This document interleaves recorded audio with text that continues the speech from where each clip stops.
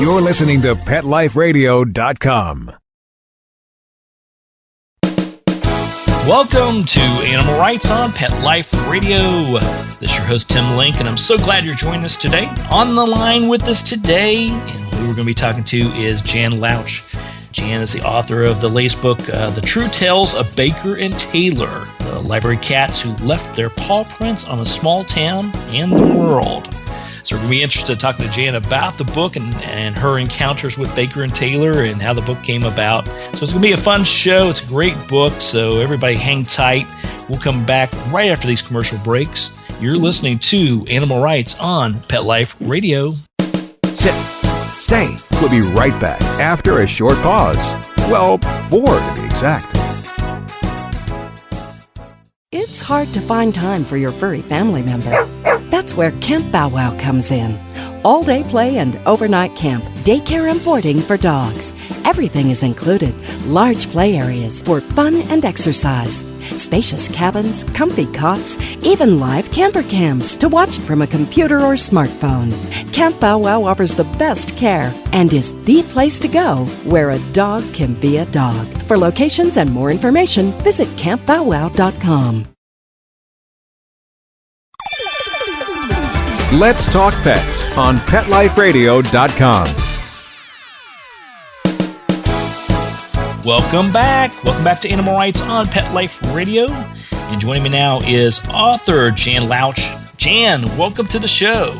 Thank you so much. Now, Jan, tell us a little bit about the book, The True Tales of Baker and Taylor. I was contacted about 2 years ago by Lisa Rogach, who's well known for numerous books, and she was interested in finding out more about the cats who unfortunately were no longer with us, but who performed good service for many years in Minden, Nevada at the Douglas County Public Library. Now, how did Lisa go about finding about the story of the cats? I really never did find out, but somehow she did. But Baker and Taylor have been used as an advertising tool for many years by the Baker and Taylor Book Distribution Company, who's one of the largest distributors of books to schools, libraries, etc. That's right. Yeah, they are well known and the biggest around. I did not realize that these were sort of their advertising mascots, for lack of better words. Yep, almost from the beginning. So now the cats, Baker and Taylor, obviously named after the distribution company. How did they come to be library cats? What's a brief story about that? Yvonne Sadler, the library director, and went to cat shows in Reno, which is close to Minden, and saw Scottish Folds there and were impressed by their wise look like little owls. And since our new library was in the former alfalfa field, which was host to many, many mice and other rodents, we thought it'd be a good idea to have a cat to protect our bindings. And books are well known as magnets for rodents because the glue is somehow attractive to them. So we got Baker and told the Baker and Taylor Company that we were going to save up our money and get Taylor, and they very kindly stepped in and got Taylor for us. Then we started in with photographs, and they were put on a poster which circulated something like 35,000 copies, and we were off and running. Wow, amazing. So these are cats not from the same litter or even the same location, but... No, not from the same location, but Baker was Taylor's uncle. Okay, so some lineage there. Yeah, there you go. Taylor came from Oregon, and Baker came from Monterey in California. Oh, very cool. Very interesting. So then when you got the first cat, Baker, who decided that you would name it Baker, and then who had the great idea of contribution company to let them know, hey, we got this? Well, I happened to notice that Baker spent a lot of time sitting in a Baker and Taylor box that was empty. And he looked like Baker. He was a solid but puffy cat. He looked like a baker, somebody who would bake cakes. And so we then, of course, had already known that we were going to get a second cat when we could save up for it. And Baker and Taylor, there it was, right in front of us. We went through all the usual things like Dewey and so forth, but those names have been taken many times over. Right. And obviously a famous book's name, Dewey, as well. Librarian. That's right. So we know about that one as well. Then you thought it'd be a great idea to take some photos and contact Baker and Taylor Distribution to find out, let them know what you guys were up to. Well, we talked to our representative from Baker and Taylor Company, Bill Hartman, who came down to meet Baker from Reno, and there off we went. And pretty soon we were told that Taylor would be coming in, and I went up to the airport to get him. And the poor cat had to fly down from the northwest next to a salmon, which I thought was cruel and unusual punishment, but he managed to recover. There you go. So then looking at the cats, Baker and Taylor, what made them, would you say, I imagine there's great stories, obviously, that they're in the book. We know that. But what would you say that made them unique? What made their unique personalities, or what made them unique as library cats? What would you say about we went through a lot of times with them and different things, but they were always very dignified cats. They weren't rambunctious. They didn't destroy things. Except Baker had a slight tendency to want to gravitate toward plants, but we gave him oat grass instead. But they were very well-behaved cats. They never scratched or bit anybody, including small children who'd pull tails and so on. And though their personalities are very different, Taylor was more attuned to the staff, and Baker was our library slut, as we called him, and went to the public.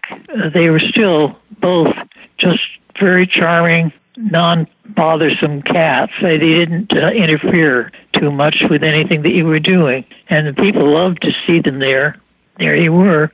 They were the ideal pet for a library. And we didn't have much of a mouse problem after they arrived. They enjoyed their life there, did their job, and of course then it brought everybody to the library, and everybody wanted to be part of knowing what they're doing. You're right. All right. Well, listen, we're going to take a quick commercial break. We'll come back with Jan Louch, talk to her a little bit more about her book, The True Tales of Baker and Taylor. So everybody hang tight. You're listening to Animal Rights on Pet Life Radio. Sit. Stay. We'll be right back after a short pause. Well, 4 to be exact. Ew, get the stinky dog away from me. Bad breath and bad gas. Petey stopped eating. All his hair fell out. Itching, licking, missing fur. At least $5,000 in vet bill. Creams, antibiotics, sprays. No results. Everything we tried failed except the Dinovite. DINOVITE.com. If you want the dog to be healthy, you got to feed it something healthy. The omega-3 fatty acids. Flaxseed, zinc, alfalfa. The digestive enzymes that are cooked out of regular dog food. Dinovite is nutrition. The shedding is stopped and the itching is stopped. Her coat is now soft, it's silky, it's healthy and shiny and glossy. She's got life, she's got energy. Tons of energy, no more bad smells. Dinovite's the bomb. Dinovite is the best thing that's ever happened to my dogs, besides me, of course. 859-428-1000. 859-428-1000. Dinovite for life. DINOVITE.com. Hi, this is Tim Link, animal communicator and pet expert and host of Animal Rights on Pet Life Radio. Have you ever wanted to know what your pet is really thinking? Do you want to find out if they truly understand what you're trying to tell them? Ever wish you could build a better understanding and closer relationship with your pet? Well, now you can. Learning to Communicate with Animals is a 4-part on-demand workshop. In the workshop, you'll learn the essential techniques that are necessary to communicate with animals, including what is animal communication, breathing correctly to achieve the perfect state to communicate with your animals at a deeper level, using guided meditation exercises and method to communicate with animals, and how to send and receive information from your animals. So if you're wanting to learn how to communicate and connect with your animals at a deeper level, visit PetLifeRadio.com/workshop and purchase and download Learning to Communicate with Animals. You'll be glad you did.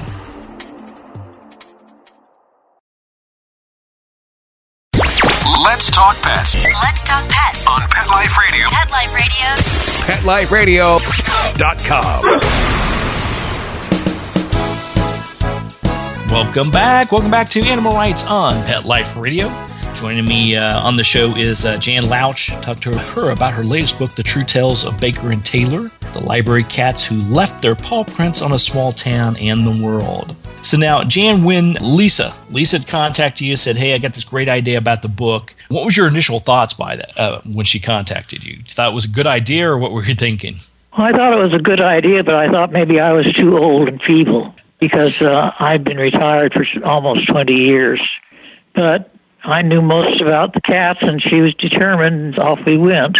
And I don't regret it now, but I was cautious at first. Yeah.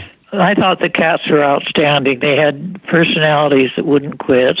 They caught on with the public in an amazing way to me. All the posters and bags for books and so on that the Baker and Taylor Company distributed, and the ads in professional journals and so on.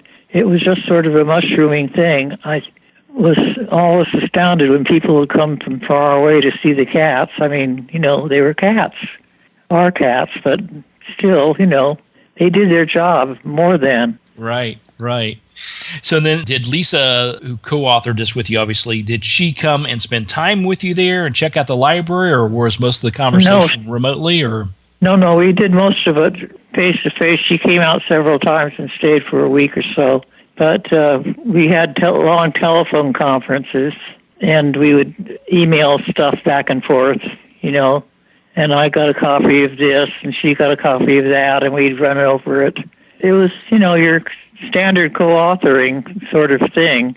Each of us had an equal say, I would say, in what was put in and what was left out, and so on. So it was a very salubrious relationship. I liked her, and I hope she likes me, but you never can tell.